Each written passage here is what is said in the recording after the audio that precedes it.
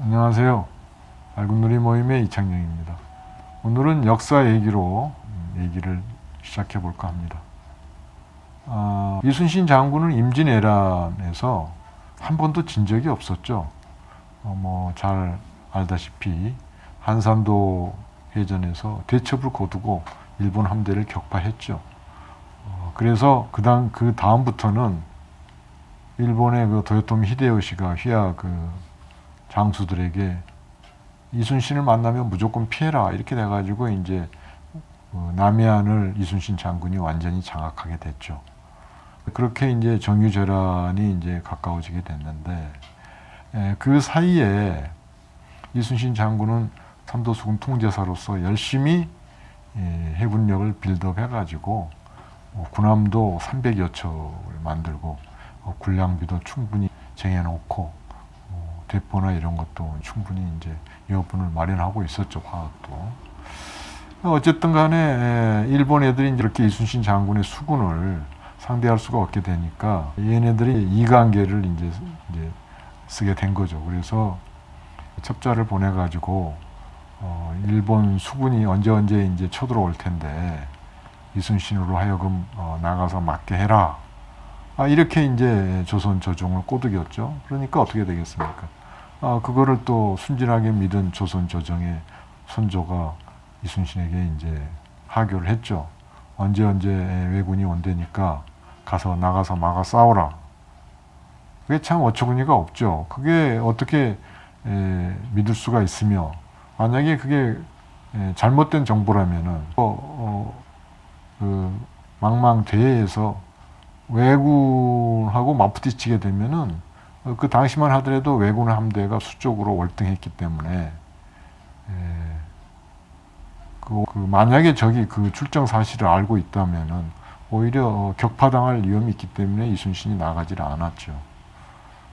그러니까 이제 임금의 말을 듣지 않았다 그래가지고 서울로 끌어올려가지고 삼도수군 통제사를 해직을 하고 그 다음에 이제 거의 목숨까지 잃게 됐는데 일부 신하들이 이제 목숨만을 살려달라 그래가지고 겨우 목숨만 부지하고 있었죠.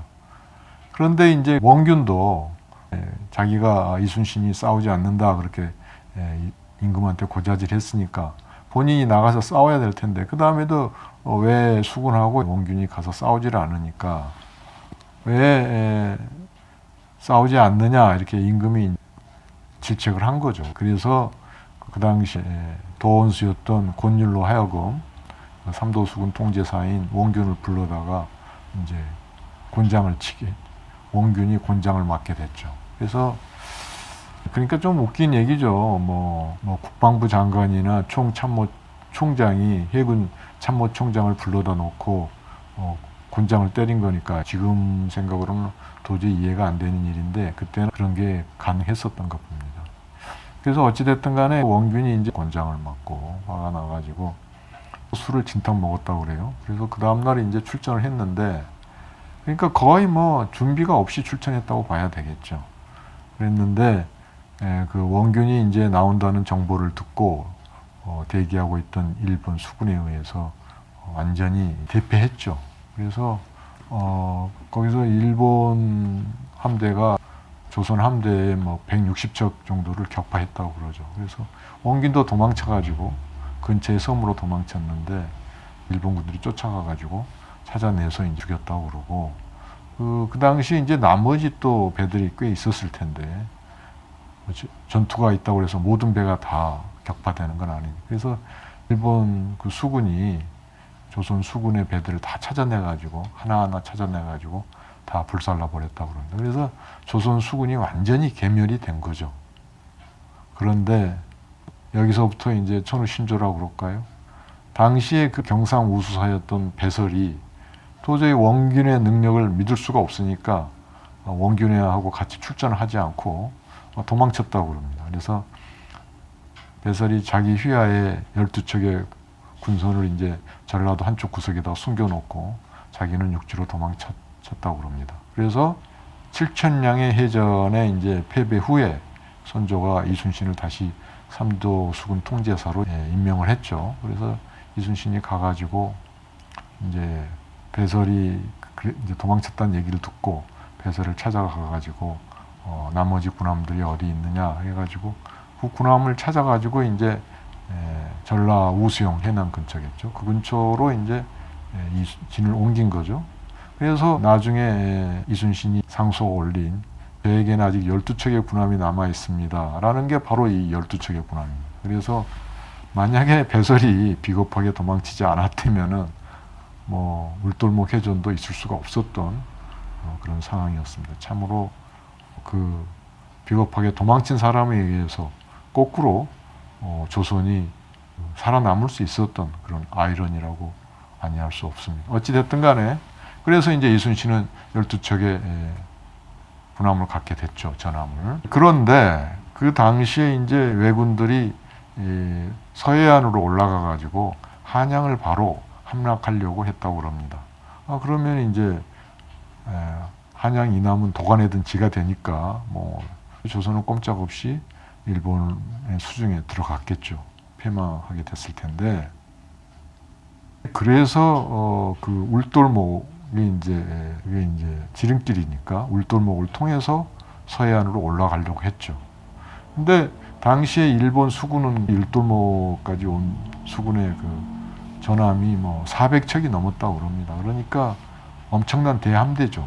그런데 조선 수군은 12척 갖고 있고 실제로 그 울돌목 전투에 이순신이 끌고 나간 배가 13척이라고 그럽니다. 그러니까 12척에 한 척의 배를 민간에서 징발해서 13척이 됐는데 어찌됐든 간에 몇십 대 1이죠.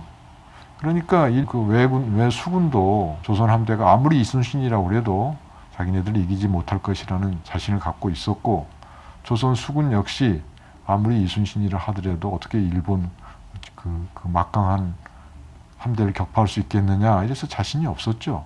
그래서 이순신이 이제 그 울돌목 전투에 이제 출전하기 전에 휘하 장수들에게 했다는 그 유명한 얘기가 있죠. 필생즉사, 필사즉생. 살고자 하면 죽을 것이요, 죽고자 하면 살 것이다. 뭐 그렇죠. 실제로 뭐 거기서 빠져나갈 구멍이 없으니까 객관적인 전력을 보나 뭘로 보나 그냥 죽을 각오를 한 거죠. 죽을 각오를 하고 하여튼 최선을 다해서 나라의 명운이 달린 그런 전투니까 최선을 다해서 임한 거죠.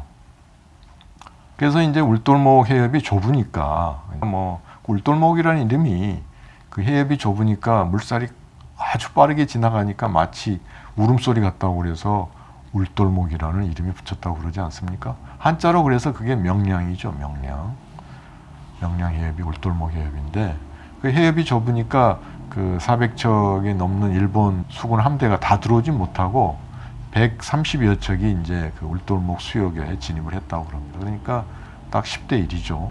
뒤에 있는 거는 빼더라도.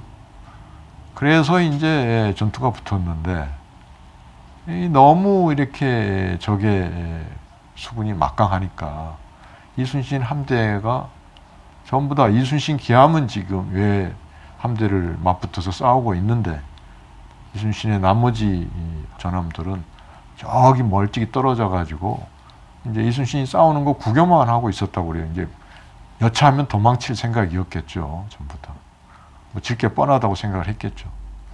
그렇게 한 시즌을 이제 이순신이 혼자서 열심히 좀 구토하다가 도저히 이제 이대로는 안 될 것 같으니까 이제 휘하의 그 장수들 하나 찝어가지고 누구야 네가 군령에 의해서 죽고 싶냐 아니면은 여기 와서 나랑 같이 싸우다 죽을래 이래가지고 이제 오라고 그러니까 어쩔 수 없이 장수가 자기 전함을 이끌고 와서 이제 거두려 됐고 그렇게 이제 싸우다 보니까 다른 전함도 한둘이 와가지고 이제 12척이 다 12척이나 13척이 다 이제 같이 싸웠는데 때마침 그 울돌목 해역에 조류가 바뀌어가지고 그 전까지는 이제 조선 함대 쪽으로 물살이었는데 그게 이제 바뀌어가지고 일본 함대 쪽으로 조류가 바뀌니까 일본 함대가 이제 앞으로 잘 전진을 못하고 조선 함대가 공격을 하니까 이제 뒤에 있는 군함들하고 치받쳐가지고 많은 문제점이 발생해가지고 그래서 그 전투에서 하여튼간에 우리 조선 함대가 일본 수군을 격퇴할 수 있었습니다. 그래서 그들이 이제 전투에서 패색이 짙으니까 이제 울돌목 해역 밖으로 물러났죠. 그래서 이제 그 울돌목을 방어할 수가 있게 된 겁니다. 그래서 그 다음에 휘하의 장수가 어떻게 이길 수 있었다고 생각했느냐, 그러니까 이거는 이순신이 천우신조였다, 이렇게 얘기를 했다는 이제 그런 얘기입니다. 근데 이게 왜 중요한 전투냐? 처음에도 얘기했지만은 만약에 왜군이 이 전투를 이겼다면은 서해안으로 해서 한양으로 바로 진격을 해가지고 한양을 바로 점령을 했겠죠. 그렇게 되면은 그 밑에 있는 모든 조선 군들을 다 이렇게 격파시킬 수가 있었겠죠. 그때까지는 호남이 그래도 왜군 수중에 떨어지지 않고 버텨줬기 때문에 지금 이 조선 수군이 활동할 수가 있었는데, 만약에 육지가 왜군한테 완전히 점령당하면은 수군이 발붙일 데가 없으면 수군도 존재할 수가 없게 되겠죠. 뭐 이미 이제 이순신이 가지고 있는 12척, 13척이 마지막이었으니까 어차피 수군도 없어지고 조선은 이제 완전히 왜군 수중에 떨어지게 될 거고, 처음에는 선조가 임진왜란 때는 우주에 가서 멈췄지만은 신하들의 말을 듣고, 그때도 만주로 도망가겠다는 것을 신하들이 억지로 붙잡았다고 그러지 않습니까? 근데 이번에는 이제 뭐 만주로 도망을 갔겠죠. 그렇게 되면 이제 조선은 끝나는 거죠. 왜 그러냐? 이미 그 도요토미 히데요시가 그 임진왜란에 이제 출정을 시킬 때 장수들한테 너는 무슨 어디, 너는 어디 해가지고 전라도, 경상도, 한경도, 평안도 뭐 할 거 없이 다 자기네 장수들한테 조선 정보를 끝나고 나면은 너희들에게 이 땅을 영지로 주겠다, 이렇게 약속을 했다고 그러지 않습니까? 그러니까 완전히 일본의 영지로 만들 각오가 돼 있었죠. 그래서 이 경우는 만약에 조선이 지게 되면은 조선이 이제 없어질 운명이었죠. 그 전에 몽골의 원나라의 경우에는 그래도 몽골이 조선도 같은 핏줄이라고 생각을 해가지고 부마국으로 삼았죠. 그 다음에 병자호란의 청나라 때도 그 만주족이지만은 같은 고구려의 피가 있다고 그래가지고 같은 종족으로 생각해서 그나마 완전히 병합하지 않고 그냥 남겨뒀었죠. 그래서 고려가 명목을 유지하고 조선이 명맥을 유지할 수 있었지만은 이 임진왜란의 경우에는 완전히 일본에 이제 병합이 돼가지고 조선이 없어질 지경이었죠. 참으로 위태로운 그런 그건데, 나라의 명운이 달린 그런 전투였기 때문에 당시에도 이순신이 삼도수군 통제사가 다시 제수된 다음에 저에게는 12척이 전함이 있습니다. 그 말이 나온 연유가 선조가 그 12척의 전함으로 어떻게 막강한 일본 수군 함대를 막을 수가 있겠느냐, 육지로 올라와서 권율 장군을 그냥 도와줘라, 뭐 이렇게 된 거죠. 그렇지만 이순신이 보기에는 만약에 일본 수군한테 서해 바다를 내주면은 조선이 완전히 망하게 생겼으니까 자기 목숨을 걸고 지키겠다고, 이제 저에게는 아직도 12척의 전함이 있으니 제가 살아있는 한 적들이 저희를 업신여기지 못할 것입니다 하면서 이제 거기서 결전의 그 각오를 밝힌 것이죠. 그래서 이제 마침 거기서 명량해전에서 대첩을 거둬가지고 조선이 명맥을 유지하게 된 거죠. 근데 이제 그 전에 이순신이 그 한산도 대첩을 거둔 다음에 지인에게 이제 그런 편지를 보낸 적이 있다고 그럽니다. 양무 호남, 시무 국가. 만약에 호남이 없었다면은 지금의 국가도 존재할 수 없었을 것이다, 뭐 그런 얘기입니다. 그 얘기는 왜 그러냐 하면은 당시에 이제 일본군이 이제 부산을 점령하고 경상도를 점령하고 위로 북진하면서 전라도도 당연히 곡창지대니까 점령하려고 했겠죠. 왜냐하면은 그 당시만 해도 이순신의 조선 함대가 건재하고 있었으니까 전라도를 점령을 해버리면 조선의 함대 근거지가 없어지니까 조선 수군도 이제 힘을 못 쓸 테니까 점령하려고 이제 왔는데 전라도는 진격했죠. 그런데 그 당시에 광주 목사였던 권율이 이치 전투에서 의용병 한 1000명 이렇게 해가지고 이치 전투에서 일본군을 막아냈다고 그럽니다. 그래가지고 이제 일본군을 막아내서 이제 그걸 지킬 수가 있었고, 그 다음에 또 행주산성 전투에서 권율이 이제 그 다음에는 이제 전라 감사로 승진해가지고 행주산성 전투에서 관병, 의병, 뭐 승병 합쳐서 4,000명이 채 안 되는 그런 병력으로 일본군의 3만 명을 이제 막아냈죠. 그게 이제 행주 대첩이죠. 그래서 그 전라도가 유지가 될 수가 있었죠. 그래서 전라도가 이제 그래서 보존될 수가 있었는데, 그래서 조선 수군도 계속해서 활동할 수가 있었기 때문에 이순신이 아마도 그런 양무, 호남, 시무 국가, 만약에 호남이 없었다면은 조선도 존재할 수 없었을 것이다. 나라가 존재할 수 없었을 것이다. 뭐 이런 내용의 편지를 보냈다는 얘기가 있습니다. 근데 이 경우에 보면은 만약에 이순신이 없었다면은 그 다음에 조선이 이제 멸망했을 테니까 지금의 대한민국도 존재할 수가 없었겠죠. 그래서 이순신의 표현을 빌리자면은 우리는 이렇게 얘기를 해야 되겠죠. 양무 이순신, 시무 대한민국. 만약에 이순신이 없었다면은 지금의 대한민국도 존재할 수 없었을 것이다. 뭐 이렇게 이제 얘기가 되겠죠. 뭐 혹자는 그렇다고 해서 뭐 일본한테 완전히 한국이 병합됐겠느냐 뭐 이렇게 생각할 수도 있지만은 뭐 그렇지 않습니다. 일제 치하에서 36년밖에 안 되는 기간이지만은 창씨 개명해가지고 성을 없애버리고 그 다음에 한글을 전혀 못 쓰게 하고 우리말도 학교 같은 데나 관공서는 다 일본말을 쓰게 해가지고 벌써 40년대쯤 돼서는 학생들 중에 일본말을 한국말보다 더 잘한 사람들이 많았다고 그러지 않습니까? 그리고 또 한 가지 이제 오키나와의 경우를 보면은 오키나와가 1870년대 일본에 병합이 됐는데, 그러니까 조선보다 불과 한 30여 년 먼저 병합이 된 거죠. 그런데 똑같이 1945년에 일본이 패했을 때 조선은 이제 우리 대한민국으로 독립을 했지만은 오키나와는 완전히 일본화 돼가지고 독립할 생각을 하지 않았습니다. 그래서 지금도 일본이 돼버린 거죠, 완전히. 불과 30여 년 더 일찍 그랬다고. 그런데 거기에 더하여 이미 임진왜란 때도 도요토미 히데요시가 휘하 그 장수들에게 조선을 영지로 다 이렇게 분배해 줄 생각을 하고 있었으니까 조선이 도저히 존재할 수 없었겠죠. 그래서 지금 우리가 쓰고 있는 이 참 자랑스러운 한글도 없어졌을 거고 조선이라는 한국인이라는 명맥도 없어졌을 것입니다. 그러니까 당연히 이순신 장군의 그 울돌목 전투가 바로 이 조선을 살리고 현재의 대한민국을 잃게 했다고 볼 수가 있습니다. 참으로 벼랑 끝에서 살아남은 그런 경우라고 봐야 할 것입니다.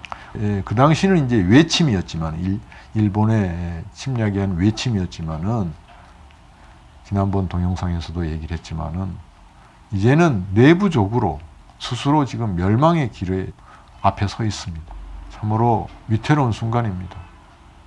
지금 이게 유례가 없는 초저출산으로 이대로 이제 초저출산 추세가 유지된다면은 앞으로 100년 이내, 두세 대 이내에 지금의 그 출생아 수보다 거의 한 10분의 1 정도로 줄어들 수도 있다는 겁니다. 이미 영국의 저명한 인구학자가 대한민국이 인류 역사상 최초로 인구 소멸로 사라지는 국가가 될 것이다. 이렇게 2006년인가 예측을 했었죠. 그래서 그 뒤로 10년대 중반에 KBS에서 특집을 했는데 그 당시에 KBS 예측을 하기를 그 당시에는 학교 출산율이 그래도 1명이 넘을 때죠. 1.0명이 넘을 때인데 지금은 0.8명도 안 되지만은 그런데 그 당시 예측으로도 2300년이면은 나라가 없어지겠다. 이렇게 이제 얘기를 했었죠. 그 영국 인구학자의 얘기를 하면서. 근데 지금은 그보다 홀등이 떨어졌고, 지금 0.78명인데, 지금의 그 출산율 감소 추세가 지속이 된다면은 10년도 더 되기 전에 0.5명 이하로 떨어질 수가 있습니다. 왜냐하면 우리나라가 지금 1.2명 이렇게 됐던 때가 불과 10여 년 전 얘기입니다. 근데 지금 0.78명으로 0.5명이나 떨어졌지 않습니까?